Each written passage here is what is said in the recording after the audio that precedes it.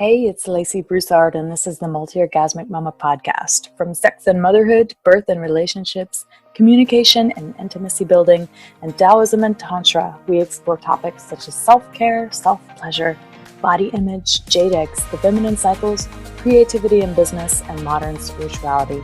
The Multi-Orgasmic Mama is a place to come for true stories and transformational advice on how to be a mama and a multi-orgasmic woman too. Hey Sheila, how are you doing today? Hi Lacey, I'm great. How are you? I'm so happy to be here.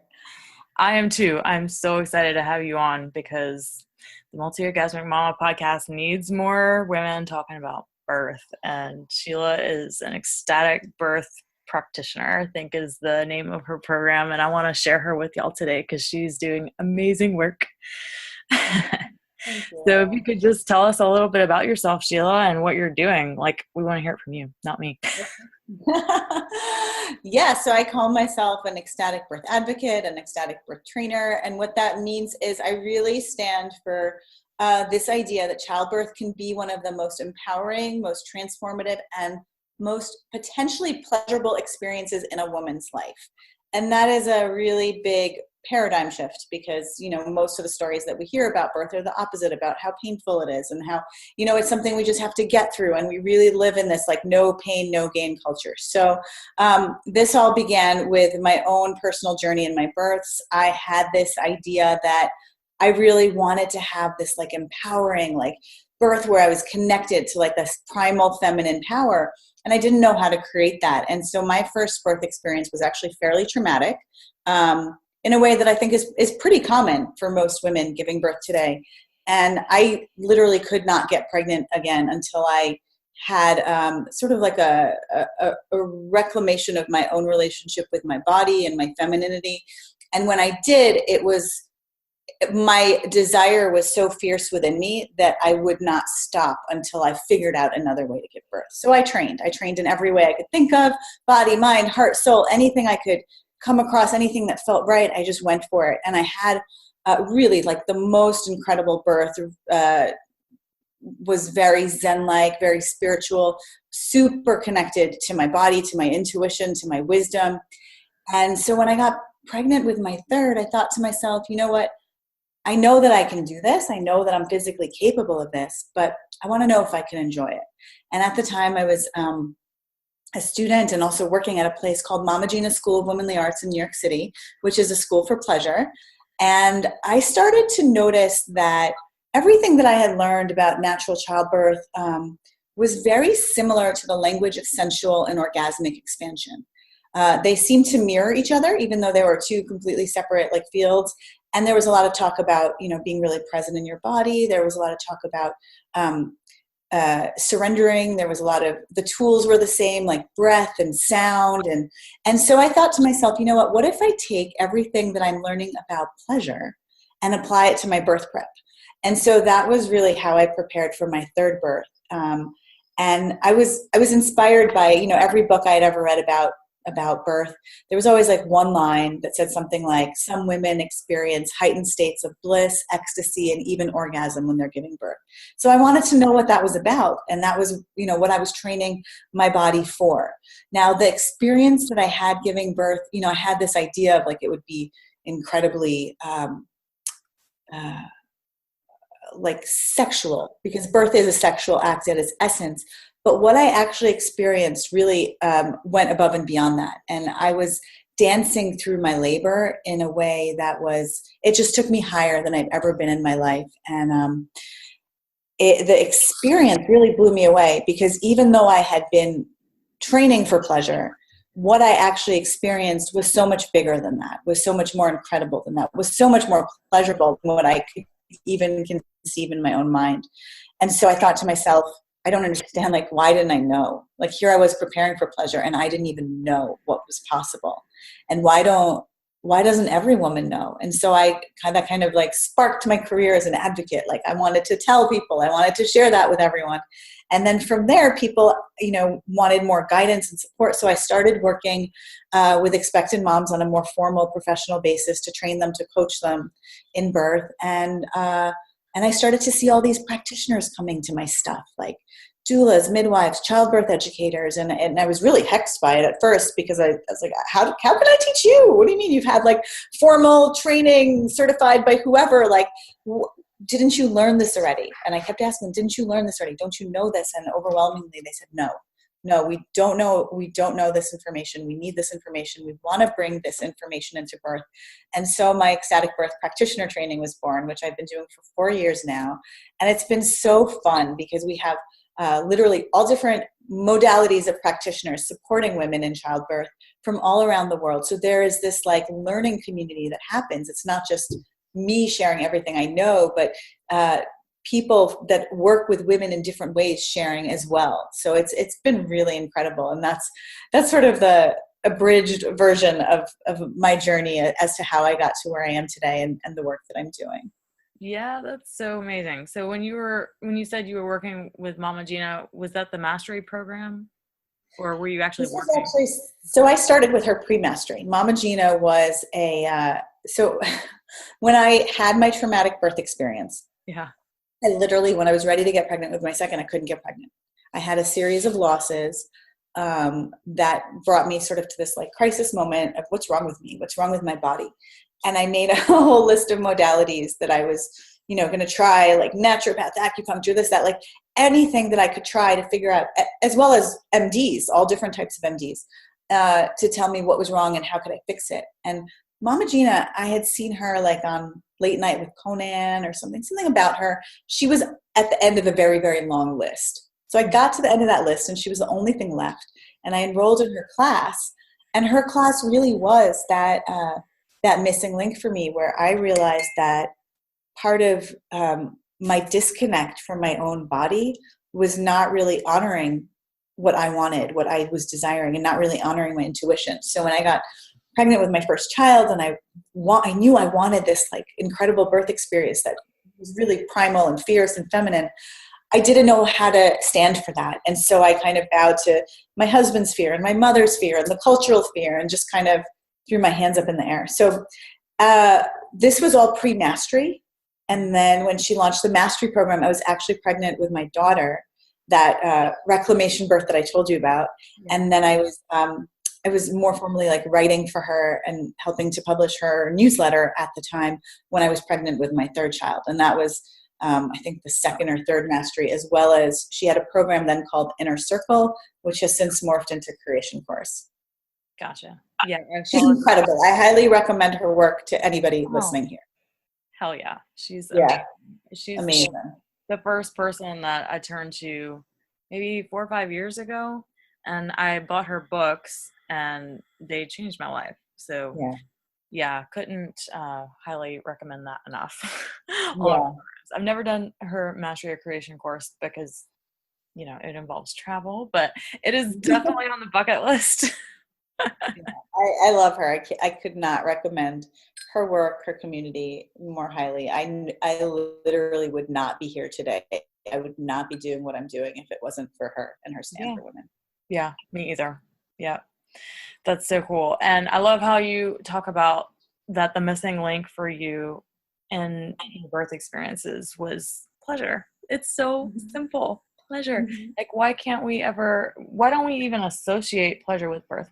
How has it gotten this far? It's such it's veered so far from being pleasurable that now it's all we think of when we hear about childbirth is just pain. But it's not like physiologically designed to be a painful experience, but it is for so many women. And when I think of the dichotomy there, it reminds me of like, if you've ever had a cervical orgasm, it's a lot like that. You have no idea what that experience is like. And it's almost like the line between pleasure and pain is so thin, that it takes you to a higher state. I don't know. That's how cervical orgasms have been for me. They were a lot like my second birth experience. So it's super cool to hear your experiences of that as well with your third one. Okay, so I wonder what ecstatic birth means. I know that you're an ecstatic birth advocate, but people listening to this podcast and we're talking about pleasurable birth are probably like, what the hell is this, So let's paint a picture here. What is pleasurable ecstatic birth? So one of the things I like to share is ecstasy is a feeling state. It's not tied to the way something looks. So if I was to ask everyone listening to this podcast, when was the last time you experienced ecstasy in your life? We would have as many different answers. Like, what were the circumstances? You'd have as many different answers as you have people listening, right? Because ecstasy can creep up in any circumstance, really. But if I was to say, what does it feel like? Then you'd start to get some commonalities. So a lot of people will say to me, does an ecstatic birth mean a home birth? Does an ecstatic birth mean a water birth? Does it mean, does it mean I can't do this in a hospital? Like, yes, no. Like, it's an ecstatic birth has nothing to do with where you're birthing, with whom, how you're birthing. Like, an ecstatic birth is a birth that is led by your desire, by your feeling space. So you're constantly moving towards what feels good. And that is true at any stage of your birth preparation and your physical birth experience. What I aim for when I'm working with women and I'm training practitioners to work with women is to really get people into their bodies, and so they can access their feeling states. Because when you're in your body and you're connected to the language of the body, which is sensation, then you can follow the thread of sensation towards what feels good. Whether you're debating, between two different locations for birth. Well, do I want a home birth or do I want a hospital birth? Well, which one makes most sense? What's the statistics? See, these are all like head decisions, and it's important to have all of that information. However, once you have that information, bring it into your body. What feels better? What feels better? And trust that, because when you say the majority of people aren't actually experiencing pleasure in birth, that's because so much of our birth preparation and birth support is led by fear and management of fear. And when you're in a fear state, you're really disconnected from your body. You're in a headspace. And so trying to bring women back into their bodies, trying to bring them back into their feeling space, and allowing that from, anything from decision making to actually when you're in the birth. Like, my dancing birth that I described to you was a full presence in my body, where I could feel those contractions. They would come forward like a dance partner. They would overtake my body and really guide my movement, right? So there's my intuition right there, guide my movement, and then kind of leave me pulsing on the floor in a way that just felt, transcendental. It was amazing. So when I talk about ecstatic birth, I want women to feel like the sacredness of the moment. I want women to feel empowered. I want them to walk away from their birth experiences with their head held high, not sort of like, low, victimized, recovering, which again, unfortunately, is how a lot of women experience and process their births. Yeah, so true. And now I'm wondering, since your ecstatic birth training, so that's kind of who you work with, right? Is doulas, midwives, childbirth educators, birth professionals, not necessarily pregnant women, right? I do work with a small group of pregnant women at any given time. So I take 5 clients at a time. And then I realized very quickly that I'm not going to affect major change in the world in that way. And I could get this information, these practices, the mindset into the hands of practitioners. So the thing is, when you're being supported in birth, you really want to have a practitioner that can be there with you in the pleasurable space. I call it holding the tone for an ecstatic birth. So just like the birthing field is incredibly porous, and somebody can come in with a lot of fear, and that can cause like a contractive energy in the pregnant woman's body that disrupts the process of her birth. If someone can come in and really hold that tone for pleasure, for oxytocin flow, that is also contagious. And that can also come into a more expansive flow in the pregnant woman's body. So yeah, so the bulk of people that I work with at this time are practitioners. And that's primarily because they can stand for so many more women. Yeah. Oh, that's so beautiful. Thank you. And even talking with other doulas in my area, you talk about pleasurable birth, and it's this fictitious idea, orgasmic birth, with Deborah's orgasmic birth. They laugh at it because they have no idea how to support a woman to have a pleasurable, ecstatic experience. So that's why I'm so in love with your work, because you teach these doulas, midwives, childbirth educators how to do it and to really support their clients, which will eventually have a bigger effect than working with just one woman at a time for the work that you do. Yeah. And I think, you're like the perfect embodiment of this, because I think that the missing link is that, like I said earlier, birth is a sexual act, right? Yeah. And culture, anything like baby related is like pure and clean and kind of like, sterilized in this corner, and sexuality is a little more edgy and maybe not as clean and kind of kept very separate from our children and our babies. And that's like a big sexual healing that we need to overcome as a culture, but to really start to recognize that birth is a part of the spectrum of female sexuality. And just like sex can hurt a lot and can also feel deeply pleasurable, birth is the same. And the difference is really honoring the woman's body, the woman's processes, really coming from that place. Yeah. Wow. No greater truth than that. Yeah. There. Yeah. And the sexual work I'm a sex coach. So a lot of what I'm doing with women is help bringing themselves back into their body, to tune in, to feel what is going on inside of you, to learn how to handle emotions that are uncomfortable. Because, I'm a tantrika, and in tantra, we don't judge our emotions and feelings. They are just what they are. So it's learning how to deal with what you're feeling and how to process what you're feeling in real time. And that's so important. So if you're able to bring that into the birth experience, Lord only knows what the possibilities are. Yeah. Also for the practitioners, imagine everything you just said.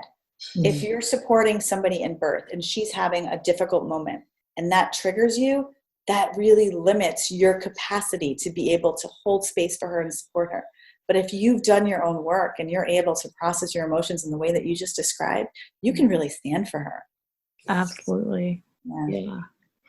And sounding and movement and all of those things are so key. And yet we feel so contracted and unable and not free to be able to express ourselves in the birth experience. I don't know if it's because women are fearful of making weird noises or if they just don't want to embarrass themselves. But yeah, as being a doula, I experience so many women that just cannot let go of the judgy voice and just do what they need to do to get this baby out. So they hold on to the baby longer than they really should. Right.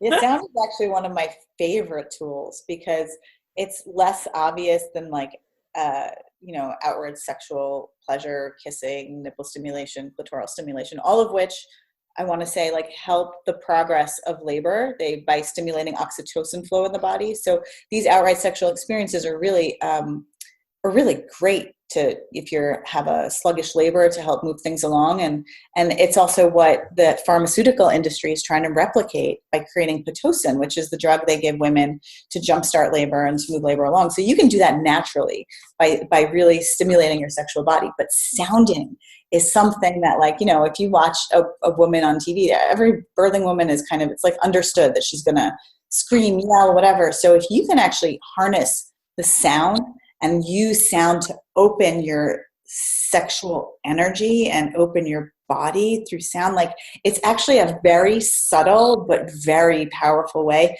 to support the flow of birth in a way that might not feel as as edgy as some of the other things I mentioned. Right. Yeah, I can totally see that. So cool. Okay. So now how is working with all of these birth professionals going to change the paradigm of birth being painful to more pleasurable and ecstatic? Yeah, well, it always begins with us, right? No matter what modality you're studying, no matter who you're trying to support, it always begins with you. So desires, any desire that we have is I believe, and there are a lot of teachers that talk about this, I believe your desires are unique to you because they are created for your own evolution, for your own growth as a person, right? Mm-hmm. So people that are attracted to the birthing field, there's something there for them. If you're attracted to supporting women in birth, or in my case, my desire for that primal feminine birth experience was the catalyst to creating who I am now, right? Even though I didn't have that from the get-go. So women that are attracted to the birthing field, there's something there for them. And unconsciously, they can kind of keep retelling that same story in their body, mind, psyche, whatever that is that they're attracted to. Or their reason they're attracted is because their soul wants to rework whatever it is that has attracted them there, right? So working with birth practitioners is really can change the birth paradigm on so many different levels, because bringing children sensual and sexual expansion for them first and foremost so that they can embody it helps them in their own evolution, helps them clear out their own triggers, helps them hold space in the way that you were describing for another, helps them bring that tone of pleasure into the birthing room. And then they can also, when they are fluent in these skills, bring them to their birthing mamas. So if they know, it's one thing to tell a birthing mom, you know what, as above, so below. If you moan, it'll open your pelvis, it'll help your cervix open. But to really have experienced that themselves and to see the amount of turn on and sensual energy that they can generate themselves, makes it much more powerful to share that with another, right? And so it really supports them in bringing these tools to their clients. And then on a whole other level, birth practitioners tend to have what I call mommy syndrome, which is we give, and then we're done. We're depleted, we're exhausted, we're burnt out. And so bringing these sensual and orgasmic expansion tools to birth practitioners teaches them how to source from their own pleasure. So if they're in the birthing room with a client and it's been, 36 hours and they're exhausted, they have some tools where they can kind of regenerate their own energy in a way that's not depleting and is also supportive to their clients. So all of this to say, if you consider our religious and cultural heritage when it comes to birth, right? It's the story of Adam and Eve in the Garden of Eden. So Eve takes a bite of that apple, and that's the fall of man, and forevermore women will be punished in birth through suffering as a result of this. So if you're talking about, birthing a new paradigm and birthing a new humanity, I would say that since that story's been told, when a baby's born, you're literally giving birth to our future. You're literally giving birth to the new generation of human beings. And that legacy tells us that, being feminine is dangerous, having desire is dangerous, and that the female body deserves to be punished. Right. And that moment at which a baby is being born is when we are punishing our women for being feminine, for having desire, and for having a female body. And that just makes me want to cry and scream. And that is just harsh. And it's just I'm so done with that. And so, at its heart and at its core, that's really what we're rewiring is by training practitioners to really reclaim their relationships with their own bodies, by training them to bring that to their clients, to reclaim their relationships with their own bodies, and have this moment at which the baby is being born be sacred, joyous, fun, pleasurable, empowering, ecstatic. You're rewiring everything. It's really big. It's really big. It's a huge shift. It is. So let's talk about those shifts. It seems to me, and maybe you agree with this or not, but I'd love to know, that there are two big shifts that have to happen to change the paradigm from birth is painful to birth can be ecstatic. Yeah.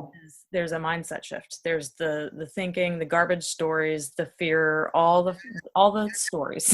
Yeah. That's a change. And then there's the somatic, body-based, body-mind practices that we're going to have to go through to basically rewire our nervous system to believe something else can be possible with birth. So do you see that as being true as well, that there's the mind stuff and then there's the body stuff, and then where are we going to start with that?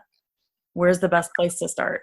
I think the best place to start is to meet a woman wherever she's at. So if you're supporting a woman in birth and her fears are up front and center, then that's where you start. and if you're supporting a woman in birth and she's so deeply disconnected to her sexuality, then that's where you start. And that's how I do my private trainings. I have a lot of, everything that you just described falls under what I do, which is creating a new conception of birth and the birthing culture. So that is rewiring what you think about birth with new ideas, new stories, new visions, new images about birth. There's learning to use pleasure as a holistic birthing tool. There's disarming your fears, because we all have fears. And especially if you're going into an experience that you've never gone through before, for first-time moms, like, it's normal to have fears. And those are their personal fears. There's cultural fears. I mean, there's so much. And then the unexpected, because, just like in life, if you dream and you vision, yes, you can create that dream and vision, but the journey might look very different from the journey that you thought you were going to take. So unexpected stuff comes up in birth all the time. Mm-hmm. So there's the practice, the habit of learning how to dance with the unexpected in your day-to-day life as well. There's a lot, but I think the best place to start is what's most present. Yeah, that's beautiful. Thank you for hearing that. And is there any one particular practice or tool that you could share with us that you teach the birth practitioners how to help women have more pleasurable experiences? Is there any one that stands out to you that you could share with us right now?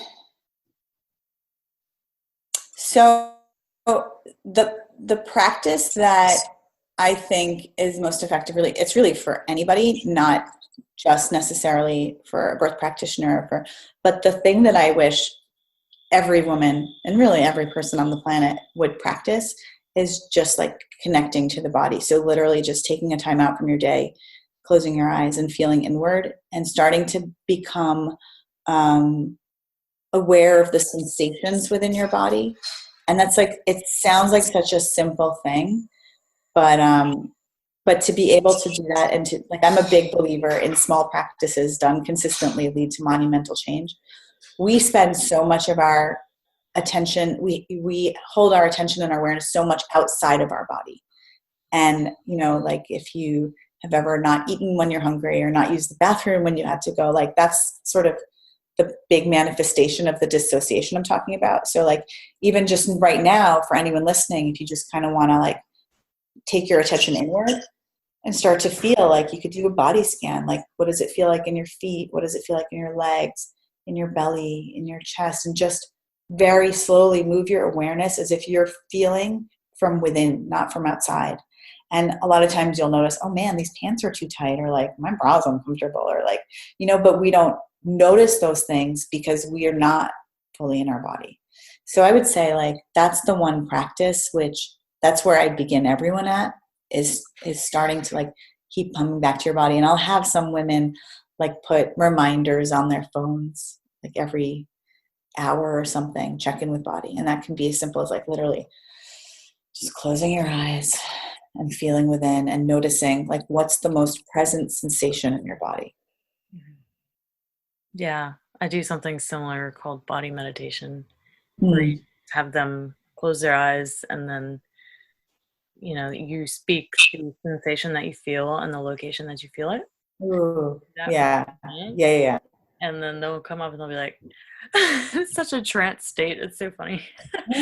Yeah, it's so powerful. It's such a trance state.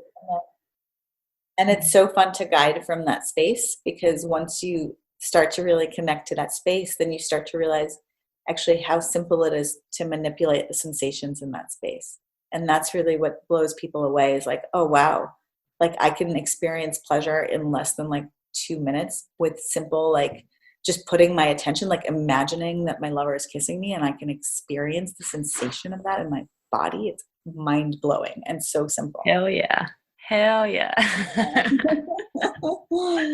Yeah. And when you're connecting at that deep of a level with your sensations, it's also so much easier to move towards pleasure.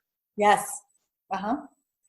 Because you're there, you're in it. You're in it. That's the way to describe it. You're in the sensation. So if the more that you're in it, the easier it's going to be to know what's going to bring me the most pleasure right now? Yeah. What can I do for myself that will feel the best? How can I most love myself right now through this sensation? Yeah. Yeah. And then one of the things that I found is the more that I practice and the more my clients practice is it becomes much easier to understand when you're functioning in the world, what's not aligned and what is. Mm-hmm. So you'll start to notice that like your energy is drawn towards things that are aligned, and the things that you think you should do, that your mind tells you maybe you should do, that are not aligned, like your body literally cannot even like pick up a pen or walk in that direction. Yeah. So true. Yeah. And last question for you. What one tip or trick can you give on becoming a multi-orgasmic mama? I love your questions. Are so fun. I think that the one thing that makes a huge difference if you're on this path and you're looking to expand to more pleasure and become a multi-orgasmic mama is just simple approval of where you're at in relation to where you want to be. Because I find that like sometimes when you can see the vision, when you can see where you want to go, and yet you see where you are, like there tends to be a lot of like disapproval about that, or disapproval about the rate at which you're getting to where you want to go. And that disapproval really hinders your progress. And so it like, even if you're just learning how to orgasm, like that frustration of like, I want to orgasm, you know, like that really hinders things. Whereas if you can just approve of like, oh, that felt really good. Oh, that felt really good. Oh, wow, look at me. Like I'm feeling more than I ever have before. Like the approval really helps you. It like lubricates your path, makes things so much easier. The whole experience becomes so much more pleasurable. And it also helps you, like it just moves faster. Everything moves faster when you're approving because you're in a state of flow, as opposed to when you're disapproving, you're in a state of constriction. Yeah. Yeah. Perfect. Thank you so much for sharing that. Hell yeah, that too. So my pleasure. I think we could all use reminding of that. Like perpetual. It's just our culture, but it's exciting to see. I feel like there's so many shifts happening, like that you and I and so many incredible people are part of. It's really fun to see the culture starting to shift. Yeah, I'm starting to see it too. I've been Yeah. in this world with you for 4 or 5 years now, and the landscape has changed so much in birth. Even in So much. our local hospitals, it's changed so much. The things we Yeah. used to fight and advocate for our clients, when you teach them how to advocate for themselves about, I mean, probably it's different in New York City, but I mean, 5 years ago, we were having to teach our clients, okay, this is how you keep them from taking your baby 2 minutes after it came out of your vagina. Like, I can't believe that we were fighting for a mom to keep her baby on her for an hour after birth. And now it's like a standard 2 hours. They don't touch you. It happened just recently. So it's getting better. It is getting better. And my dream, honestly, is to be able to go into these hospitals and do this training with like every single person that works at the labor and delivery ward. Could you imagine if a birthing woman was handled by a team of people that were really connected to their bodies, attentive to their pleasure, attentive to her pleasure in that way? Like, I just think it would transform everything. That's my dream. What a dream. I am so holding that vision for you, honey. Yeah. Well, I so appreciate you coming on today and sharing your beautiful, luscious, ecstatic wisdom with all of the people listening in. So thank you so much. Oh my gosh, so much fun. Thank you for hosting. Thank you for it just your beauty, your light, it shines through. Thank you for opening up this conversation for everyone. Such a gift. Thank you. Thank you. All right. Bye. Bye.